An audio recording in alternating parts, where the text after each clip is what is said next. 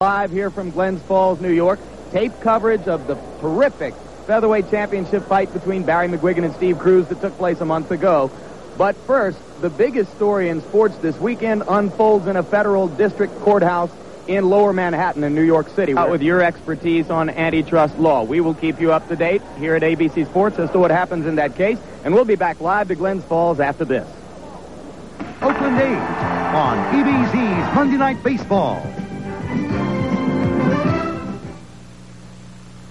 Jim Lampley live in Glens Falls, New York. Marvis Frazier, despite his 1983 one-round knockout loss to then-champion Larry Holmes, remains a marketable name in the heavyweight division. But here, the spotlight falls most directly on 20-year-old Mike Tyson, whose public appeal grows every time he fights. Here now is a quick update on what has happened with Tyson since his string of 19 straight knockouts ended with a 10-round decision over James Tillis on Wide World of Sports. Since last we saw Mike Tyson here on ABC Sports in May, he's added 4 more wins to his record. In his first fight after the Tillis decision, Mitch Green again took Mike the distance, but Tyson dominated throughout. And in his next fight against Reggie Gross in June, Mike showed the ability to take a punch, absorbing this uppercut before coming back seconds later to end the fight with a left hook. His knockout streak began anew and continued with a one-round dismantling of William Hosea, a 2-minute, 3-second fight. And in his last fight, Mike brought his win streak to 24 with a knockout of Lorenzo Boyd. A stiff uppercut ended matters in the second round. On his present schedule, Tyson fights more often than any other current boxer with status and marketability. Is it better to learn in the gym or in the ring? Boxing figures are divided. I don't think he sufficiently has time to really get into the gym and learn. You can say, look, I can put him in with a stiff at each fight. And in the gym, I can bring in and pay good sparring partners with different styles, a runner, a slugger, a grabber, a holder, stuff like that, understand? Well, where has he really got the time for that there if you're fighting them every 2 weeks? People today don't understand that the way human beings are structured, whether you fight or a brain surgeon or play the piano or throw rocks at a telephone pole, no matter what you're good at, if you do it once every 4 months, you're not going to be as good as if you do it once a week. It's the way human beings are structured.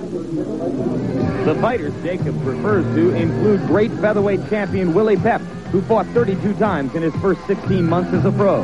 Homicide Henry Armstrong, who once defended his welterweight title 5 times in 1 month. And Joe Louis, who defended his heavyweight crown more than any other fighter in the division's history. Tyson believes the schedule the late Cus D'Amato wanted for him is the one which will work best as he seeks the goal of winning the heavyweight crown. It keeps my mind occupied on my business, and I'm not off my job much. I'm not out in the street. I'm not running around, not hanging out with the guys as much and the girls. So my mind is preoccupied on my work, and it keeps me as sharp as possible. As many times as I fight, I become more immune to walking and being an announcer in front of a great deal of audience and everything. And as of now, it's becoming, like I say, an easy job. Like every day I'm used to coming in front of 10,000 people, 20,000 people. I'm like, hi, they're all my friends. The late and legendary trainer Cus D'Amato was the only real father figure Mike Tyson ever knew.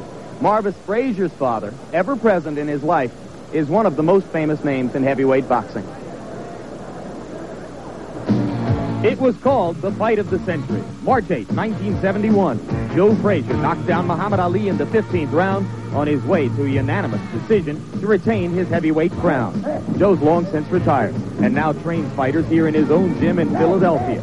One of those, his own son Marvis, who works alongside other members of the Frazier clan. Marvis has developed into a solid 210-pound professional fighter, adding 20 pounds onto the body which first came to public attention in 1979 when he became the junior world amateur heavyweight champion by stopping an Austrian fighter named Olaf Meyer. After only 10 pro fights, many felt Marvis was rushed into a shot at Larry Holmes. They were correct. Holmes stopped Marvis in the first round. But since that 1983 disaster, Marvis Frazier has rebounded with 6 straight victories, including decision wins over able opponents James Tillis, Jose Ribalta, and in his last fight in February over James Bone Crusher Smith. Though dropped in the middle of the fight, Marvis battled back against the larger Smith to capture the late rounds and a unanimous decision. Marvis is not the first famous heavyweight son to take the ring. There had been others with names like Fitzsimmons, Walcott, and Bear, all failures. But Marvis feels this union has proved beneficial in his case. When you have a father training you, there's that tense emotion that you're always trying to do the best for your father. But then on the other hand, you know, you always have that encouragement to keep you going when times seem kind of hard for you. Joe keeps a watchful eye on his son, as his father did for him back in Beaufort, South Carolina. It's a special responsibility. That's a broad word, man. What you said, father. It's like, you know, there's a lot of daddies in the world today, but there's very few fathers. I think fathers should take control of families, because that's one part of you. I mean, it was that lady and you brought this kid in this world. So how you not going to be a father? How you not going to be a good leader? I don't understand.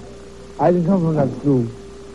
It's a brutal business, but Marvis Frazier believes that working in it has kept this father and son close. My father's my father. I can't change that. You know, I love him. He loves me. So that just makes it even better, you know. You have somebody that you really love and that you really care for in your corner.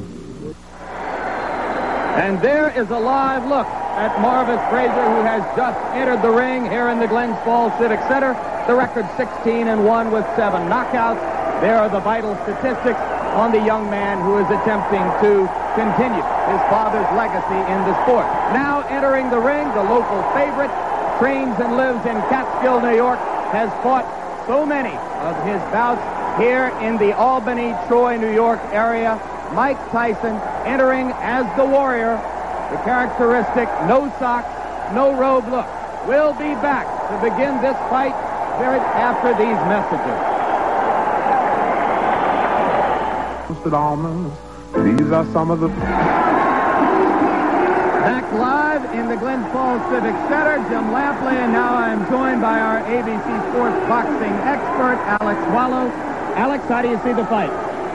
Jim, in my opinion, it is not a matter of if Mike Tyson knocks out Marvis Frazier, but it's just a matter of when. I don't think Marvis is overmatched in this fight because of a lack of talent. Since being knocked out by Larry Holmes, he has reestablished himself as a heavyweight to be contended with wins we saw earlier over the likes of Quick Tillis and Bone Crusher Smith. He can fight.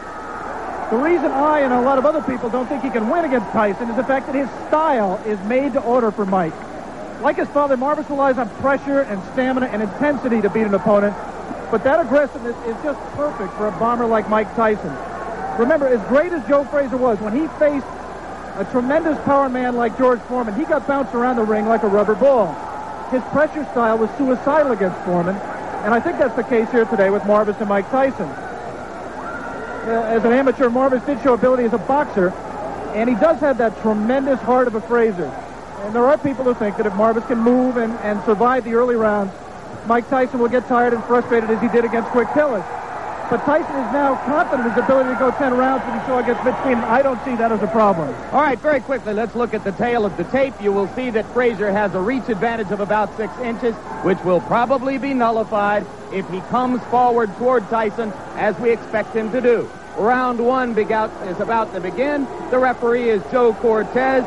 In New York State, scoring is done by 3 judges. The referee does not score, scoring on the round system, supplemental 4-point scoring system if the rounds wind up even, and the 3 knockdown rule is in effect. Tyson comes out slugging. He comes out smoking like Marvis's father, Joe. Marvis must move or we're going to be out of here very, very quickly. Uppercut, and Marvis is hurt. Frazier is down. Joe Cortez moves in to have a look, and he's going to stop the fight. It did not last 20 seconds. Tyson goes over to take a look at Marvis Frazier, obviously quite concerned. A terrific uppercut. The same punch with which Tyson knocked out Jesse Ferguson the first time you saw him here on ABC Sports. Watch the uppercut, the right uppercut. We're going to show it to you in just a moment. Right now, there is Jim Jacobs, yes. Co-manager of Mike Tyson talking to him. 30-second knockout sensation. Watch the right hand of Mike Tyson. Marvis in the corner and trapped. There it was. just clipped him right on the chin. The left was unnecessary. Marvis is badly hurt at this point. Uppercut again, and there Marvis is out on his feet. Everything after this is just incidental. The Frazier camp had expressed confidence before the bout. You wonder if they truly believe that Marvis could handle this kind of an attack. You see that stiff left hand, that jab that Mike has not shown too much. The jab backed Marvis up into the corner. A second jab kept him there for those right uppercuts. There will continue to be skepticism in some quarters regarding Tyson's stamina, his ability to take a punch, his technique in the ring. But with each succeeding bout, any skepticism about his punching power has to evaporate.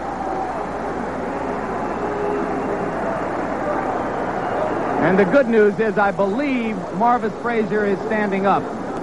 There's a big crowd in that corner of the ring. Mike Tyson is going back over there now. We'll take another look live at what is happening in the ring after you finish seeing this third replay of the very quick knockout. As ring announcer Paul LaFleur announces the knockout, Mike Tyson gives his respects to Marvis Frazier. We'll be back with an interview after this. Mercury.